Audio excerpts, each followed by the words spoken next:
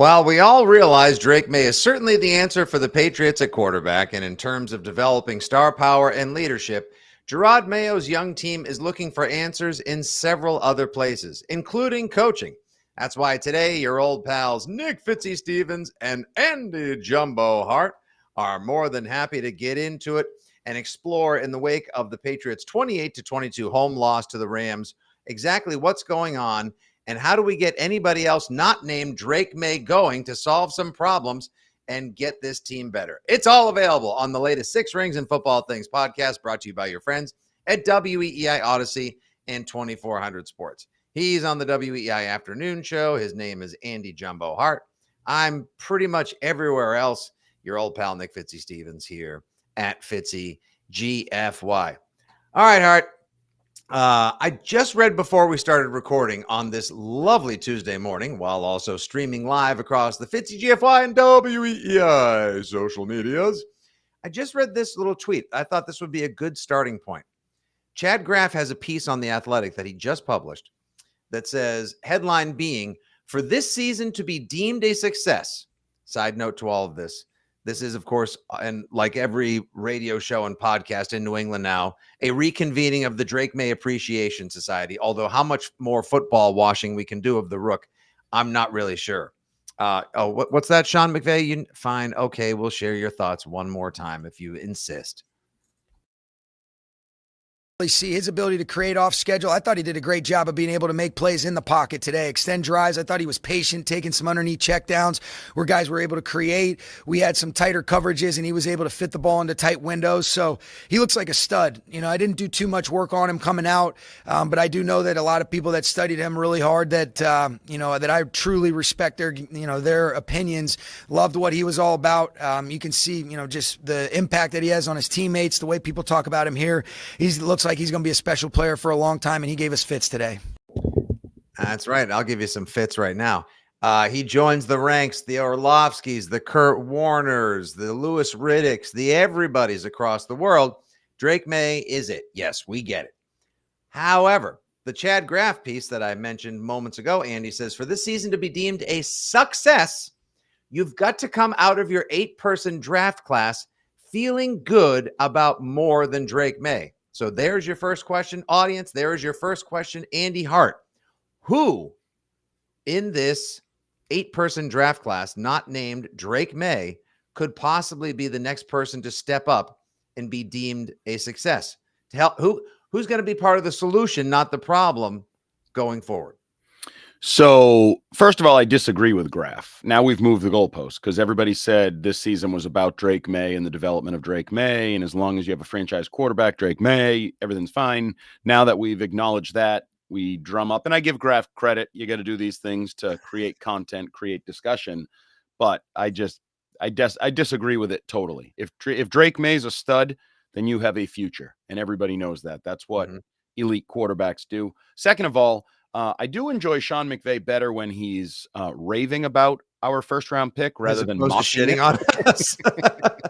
That's a lot more enjoyable than I oftentimes think about that, like the time where he and Snead were like, we were thinking that Cole Strange would be around in the 100s, and they took him in the first round. Ha, ha, ha. He did like this crazy supervillain laugh, and I just thought, like, oh no, this is going sideways quickly. Weren't you and I on the air with Mutt? I was at the stadium.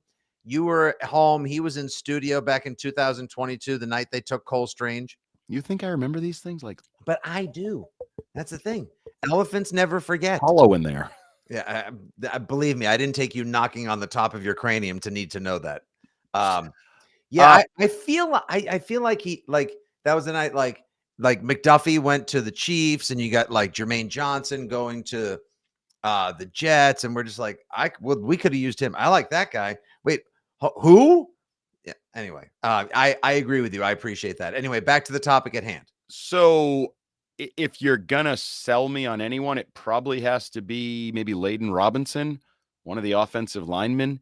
I'm definitely concerned about the development or lack thereof, the abysmal play, the attitude, the mental hurdles of Jalen Polk. Your boy Javon Baker has done diddly zero. Well, actually, he had a nice 45-yard kickoff return. That got him benched. Then Mayo hasn't. What was the issue with the other one? Do you know No, exactly? Mayo had an issue with both of them. His desire to come out, the way he executed them, like the whole thing. Yeah, 45 freaking yards. I don't think he did what he was supposed to do or something. I don't know, but he lumped those together why he was benched from that role. So you can't count on him. Dial done nothing. Who am I forgetting about? Seems like there's two Layden linemen, two Robinson, receivers. Javon Baker, Jalen Polk. Yeah, I got nothing. Caden Wallace. Like, Yeah, I you mentioned thought that him. was I've going to seen be a nothing. thing. Well, I never thought that was going to be a thing. Elliot Wolf thought that was going to be a thing. Layden Robinson is the only guy. If you hold true to this, Layden Robinson is the only guy that I've seen any reason to hold out hope for as just a big, powerful man-moving guard. But again, I'm not, beggars can't be choosers. The old slow, like, I'm happy. I begged for Drake Maye. I begged for Drake Maye to be great. And I think Drake Maye is trending in that great direction. So I'm not going to get greedy at this point. Here's the only kind of thing we can share on the live stream, but I have to filter it accordingly for the podcast. Says regular viewer and friend of heart, Jeff Stenberg. The guy who wrote that article can kiss my tip. It's a QB league, and it looks like the Pats now have one. That stands for draft success. Oh, no, Jeff Stenberg, you and Andy Hart agreed on something. Quick, go take a lap or wash your mouth out with soap. But I'm with you. Again, I put it two ways. I put it one overall about the draft for Elliot Wolf, that so long as you got a quarterback at the end of all of this, and he's not just like a jag, but like really good, then you have a successful draft, and this year is not a waste. So good for Elliot Wolf. And for Alex Van Pelt, I've been grading him as an offensive coordinator on a curve as well, because so long as he continues to do good work with Drake Maye, and he told you that yesterday on the afternoon show, you were there in person, you fielded that response where Arcand asked him about ownership possibly going over coaching and coordinators' heads to seek advice on how to groom him, train him, and prepare the offense better. He seemed to stick up pretty nicely for McCartney and AVP yesterday as well. Yes, but he also acknowledged that he's not a why guy. He's a fall in order, fall in line kind of guy. That was very much not beaten into him. I don't want to say that. That would imply something else, but entrenched in him by his parents and his family, and that's the way they did business. If your parents told you to do it, you did it. Coaches tell you to do it, you do it. And that's where I think, and I've said this a ton to Arcand on the afternoon show, that's the irony. You now have a coach who came in saying he was going to answer the why, because modern players ask why. And you have a quarterback who would have fit with the previous coach, who was not a why guy, who was a do it because I damn well told you to do it and don't ask questions, just be a good soldier. So that's where I think some of this whole fit between Belichick and Maye, this whole stupid social media thing where all these people have ignored that Belichick sucked as a coach for the last 3 or 4 years of his tenure in New England, and think he'd be 8-3. Oh, you mean you're not with the Patriots fan who went viral thanks to ML Football the other day, who said stupid. This team would be bare minimum 8-3 with Belichick? I mean, is it quantum leap Belichick? Is it circa 2004 Belichick? Or is it the guy who wasn't very good at his job in recent years in terms of drafting players, hiring coaches, or executing on a week-to-week basis, communicating, doing really anything well, and had one of the sloppiest teams in football? Yeah. Thank you, Wayne Felch, for bringing up Lad McConkey so that now I can just crawl into my cavern of sadness for the remainder of the day as well. And Jeff Stenberg says he's willing to bury the hatchet, Andy, but don't F it up going forward because it's the holiday season. So in the name of goodwill and joy spread to all in Pats Nation, let's bury hatchets and try to move forward in a positive way. So Mego and I on the Monday show, Andy, on the evening program, we're trying to figure out, over the course of Monday, I was in a better frame of mind about the loss on Sunday. Then as Monday continued on and I heard denials of the Breer report about ownership going over heads, and I started thinking back about some of the decisions that were made during the course of the game, I got a little more frustrated with how that game played out. And I feel like this team now is leaning so much on the inexperience card. Like, we're all learning at the same time. Like, somebody should have Drake Maye is the one who really needs to be learning right now. That's priority number one. Everyone else should kind of have their shit together by this point, or at least be a little bit more composed and prepared for all the different in-game situations and variables. So I want to re-ask this question.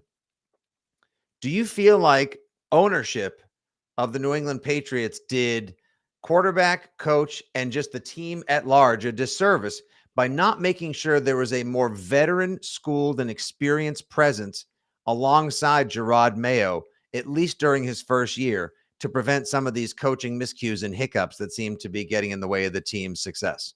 Well, I think that guy exists and no one's critiquing him. Ben McAdoo was a head coach in the National Football League. He was an offensive But guru. for like 2 years. He's still a head coach. Gerard Mayo's been a coach of any kind for 5 years. He's never called a play in the National Football League. He's never been a coordinator.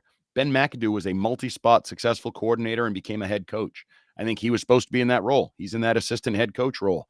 I don't know why we're not questioning and critiquing him more and Evan Rothstein, because Gerard Mayo is who he is. He was ill-prepared for the role he's in, and that's his support staff, Aaron Rothstein, Ben McAdoo, and those guys, and yet we all want to lump it on Mayo. I don't put a ton of this on Mayo.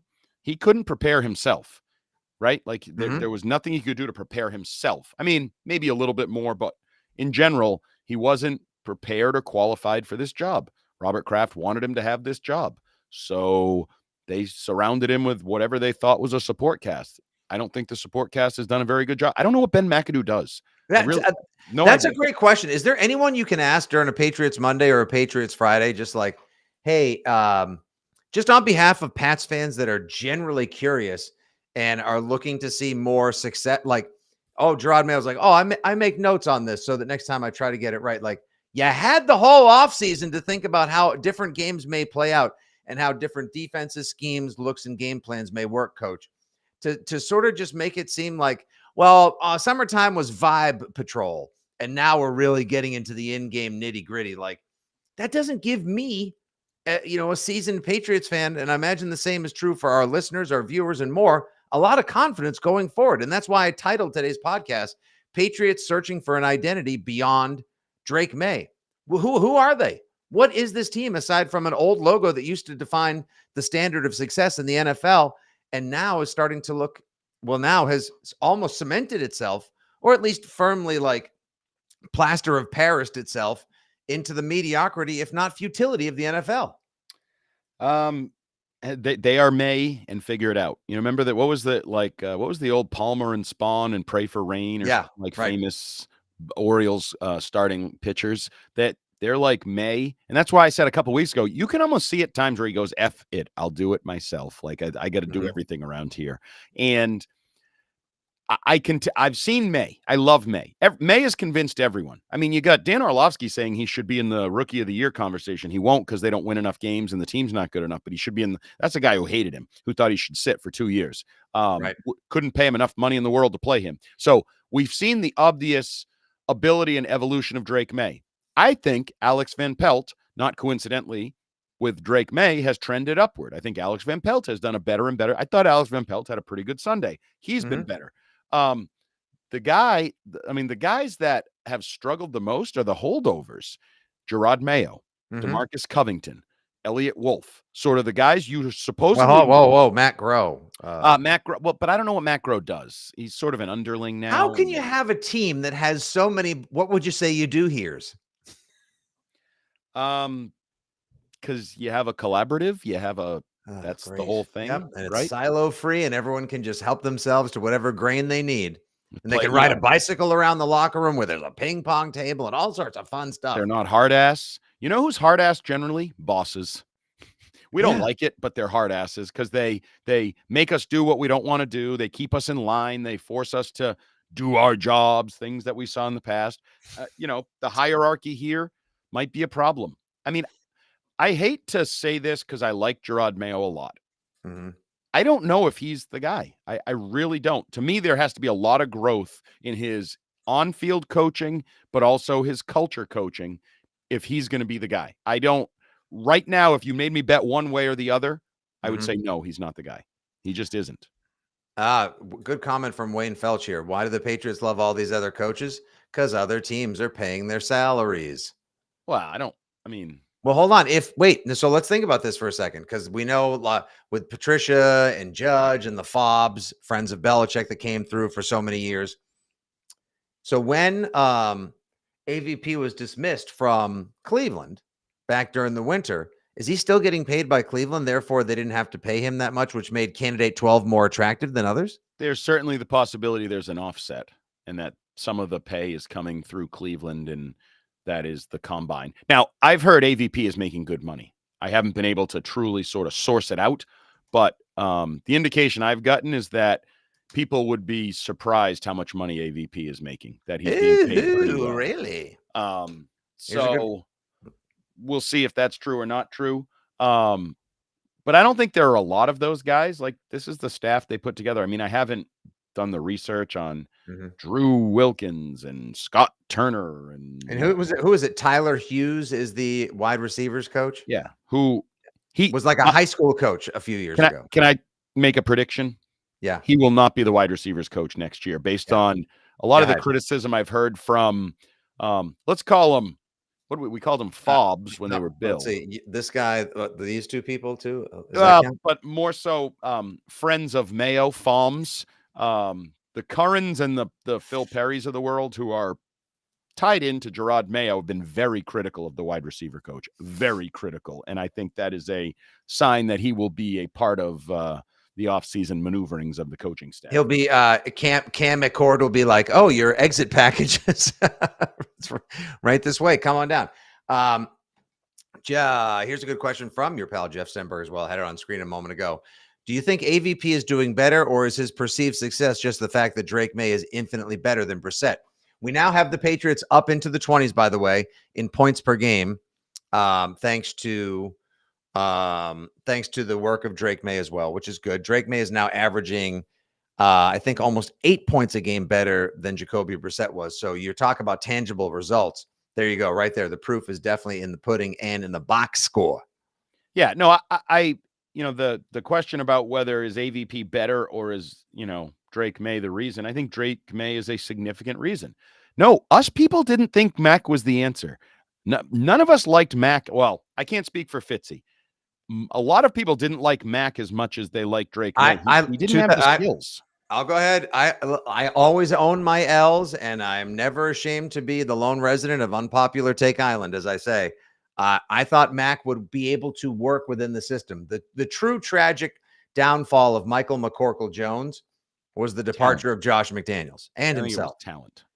Talent. I don't know what he did well physically. Like, sometimes he was accurate, sometimes he wasn't. He didn't have a good arm. I argued with Mudd at night for this forever. Oh, it'll get better. Arms don't get significantly better. They get incremental. The whole Tom House thing. He was going to work on his hip and leg strength and be able to. It doesn't happen. You either have a strong arm or you don't. You can add 1% or whatever, but you're not going from weak-armed wuss to strong-armed man like in a couple of years. And if only we could have had the brain of Mac Jones with the arm of Jeff George. Yeah, I'm not even sure about that. I think he's kind of a hothead. He's soft. He sulks. He breaks. I don't really think there's a lot of great tangible or intangible qualities of Mac Jones, because the intangibles that people tried to sell me on, I didn't see. He was wound too tight. He broke. I think he was a whiny me first person at times. And they played a role in that. They helped break him. Don't get me wrong. Oh, for sure. There was certainly aspects here where they magnified his weaknesses and magnified some of his flaws, but I'm not a big Mac Jones guy, and a lot of people I know Paul Perillo never believed in him. Never. Mm-hmm. I believed in him more than Paul did. I thought what you were going to get with Mac Jones is, my theory. You need a top 5 QB or a top 5 roster. I thought you were going to have a quarterback that if you built a top 5 type roster around him, you could win with the Brock Purdy type or something like that.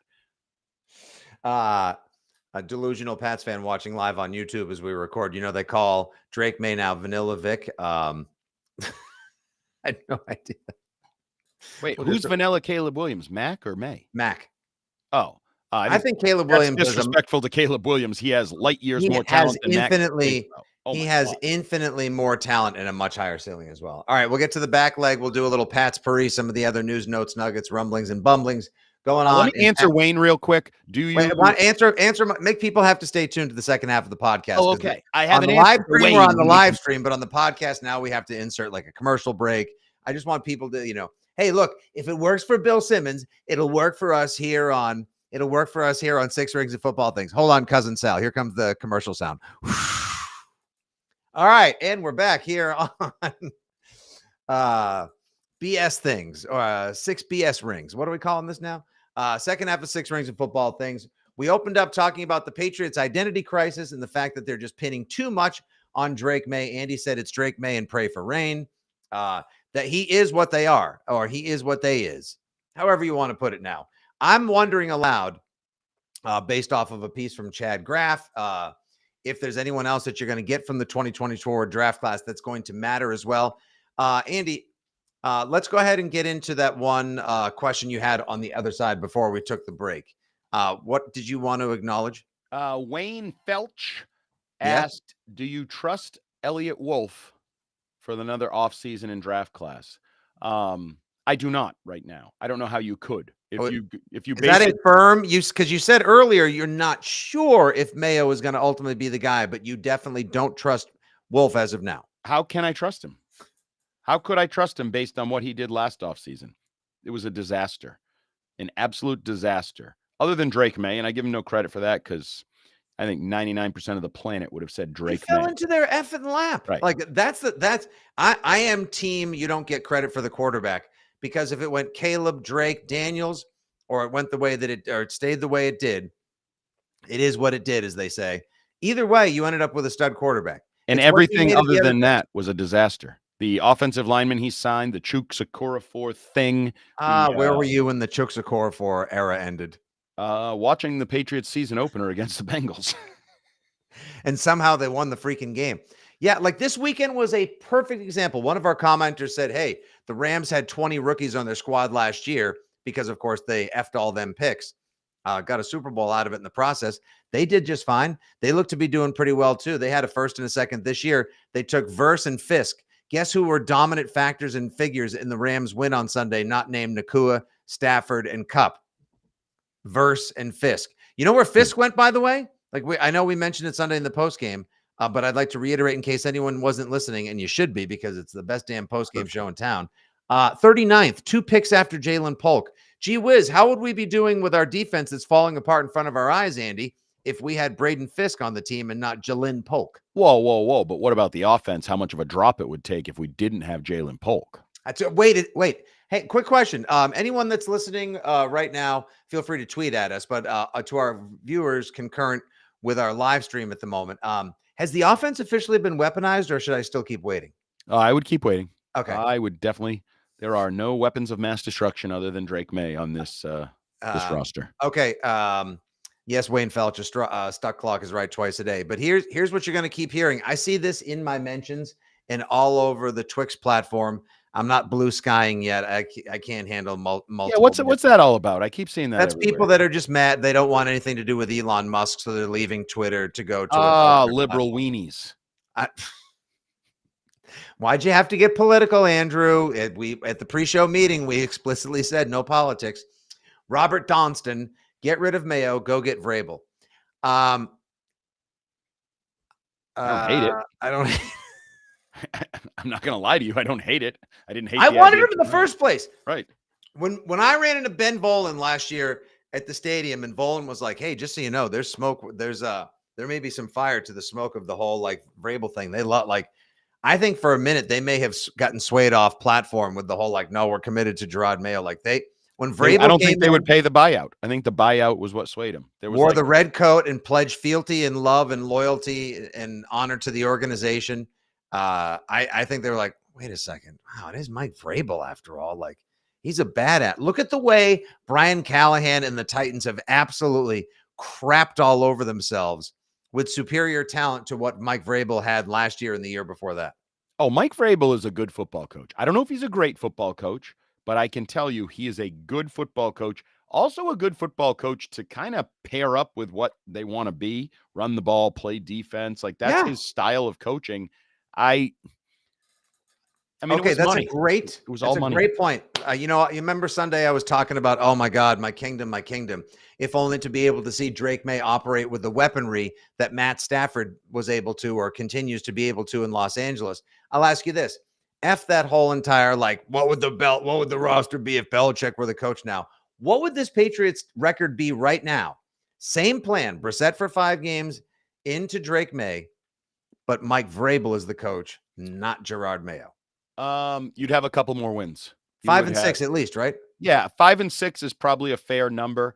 And Wayne says Vrabel do better the second time around, just like Belichick. Well, he was better than Belichick the first time around. He was a good coach in Tennessee. I believe he won Coach of the Year in Tennessee. He was a good coach right up until his GM traded A.J. Brown and started to tear down the kind of foundation of the team. Which, by the way, remind everybody, is sort of the hope that I have with Jamar Chase, that you can pull off an A.J. Brown-like trade where you trade a first-round pick and give the guy $100+ million like the Eagles did for A.J. Brown. And Joe Burrow then immediately resigns from playing football and will be bagging groceries at a Kroger because there is zero chance he would ever play for the Bengals again. Then I'll take him, too, in the deal. I would trade Maye for him. May and a first-round pick. You know what? I'll entertain this. This is exactly what we're here for on a lot. Why we do live podcasts and just don't pre-record in a vacuum. New viewer Edward Navarez. What would it be if McDaniels were the offensive coordinator instead of AVP? I would say similar, like 5-6, couple more wins. Now it would change everything because I think McDaniels, given his experience with Mac, may have advocated more strongly because I think AVP was in the Jacoby Brissett play early mode. I think they knew each other. I think McDaniels might have played Maye right out the gates, and so you would have had a totally different season. But all of this is hypotheticals, and as Rich Keefe said yesterday famously, "You're a hypothetical," while yelling at a caller. Actually, great radio gold right there. It was one of the funnier things I've ever heard. Because they'll be playing that when Rich gets his Marconi. It was the one person in the world who hates Drake Maye. He was just shredding Drake Maye, like some caller screaming about how bad he is. Why are people calling this kid a turnover machine? Like the point of Peyton Manning throwing like 30 picks, 30 picks in his first season, only to then come back and lead the NFL the next season, seems to be lost on people. And no, it doesn't mean that we're comparing Drake Maye to Peyton Manning. However, that would be ridiculous. I'm comparing him to Josh Allen. Look at the tape. Look at the tape of how Peyton Manning looked his first year versus how Drake Maye looks right now. Some of those throws on Sunday that we're now getting to see on social media via the All 22, like the getting crushed in the pocket this way, throwing a dart diagonally to Booty this way. The sidearm pass that everyone was going goo goo gaga over, like you even asked him about it as well. What did he say? It was because he played multiple sports growing up, so he's learned how to be proficient with multiple arm slots. Yeah, well, there's some baseball aspect to it. He also teased that there are a lot more tools in his bag that we still haven't seen. So there's more exciting Drake Maye arm angles and plays and throws to come, which is fun. But we're talking about the coaching and 13_architect_13. Very good name. Very concise. I see what you're doing there. Said playoffs with Vrabel. I mean, depends on what Elliott Wolf does. We're fixating on the coach, but the coach is not as important as what Elliott Wolf does with $137 million and all the draft picks this offseason. Gerard Mayo, if you give him a talented roster, will be a better coach next year. I can guarantee that. He'll learn. He is advocating for, just like a player, the biggest jump is year 2 jump, and he's going to have that. I would rather probably have Vrabel. That's fine. But the coach is not the biggest issue this offseason. The issue is the roster. The issue is, do you find offensive linemen? Do you find wide receivers? Do you add depth to your defense? And that's all on Elliott Wolf. And I'm not overly confident in Elliott Wolf right now. And I advocated for Elliott Wolf because I thought he had a strong resume, and I thought there was reason to believe he might be one of those guys. Well, his first offseason was a total bust disaster. Yeah, not looking great, Bob. It is not looking great. Your defense was sloppy with Belichick, too. Your whole team was sloppy with Belichick. I love how people just ignored the last 3 years. I'm telling you, the Belichickian tinged revisionist historian glasses they're selling just outside the pro shop are something else. Okay, so let's just go to this. Obviously, a lot of other games we watched this weekend where it looked like they were playing a different kind of football. Chiefs Bills are going to run the conference for the next several years. You only hope that you can develop your next, you can keep Drake Maye on that Josh Allen 2.0 track. Maybe they can people in New York. Maybe Dayball becomes available. I still say they hold on to AVP because they want continuity and don't want to give the kid 3 OCs in 3 years. So a question for you along those lines. I asked it to my radio partner. Power rank your preference of offensive hires this offseason if they were to be available. Josh McDaniels, Brian Daboll, or Kevin Stefanski. Ooh.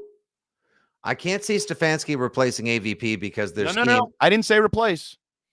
Oh, just coming in as a special assistant. Assistant head coach offense, might be play caller, and AVP kind of falls in line behind Stefanski like he did in Cleveland.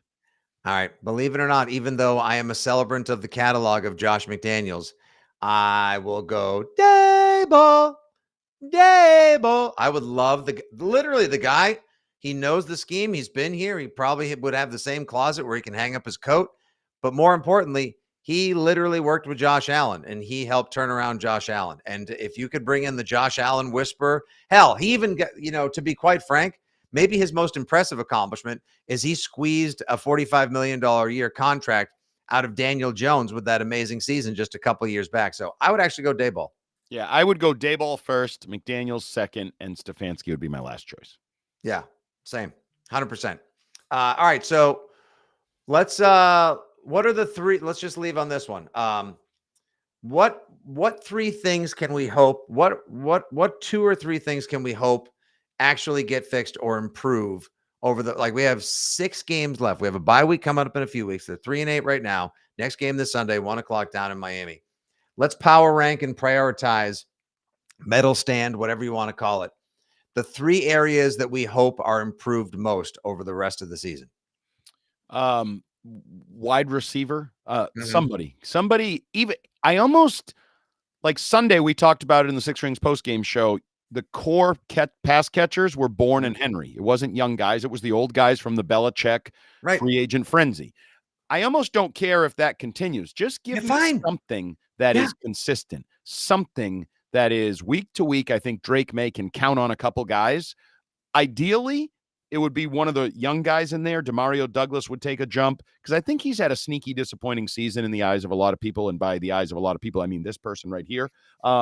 Baker, Polk. I'd love for one of the young guys to develop, but just give me somebody that Drake Maye can throw to on a regular basis, and it feels like they'll probably catch it and be productive. That would be number one. Definitely. That's okay. So that's on the gold medal stand. That is hearing its nation's anthem while it sees its flag. For me, honestly, the coaching.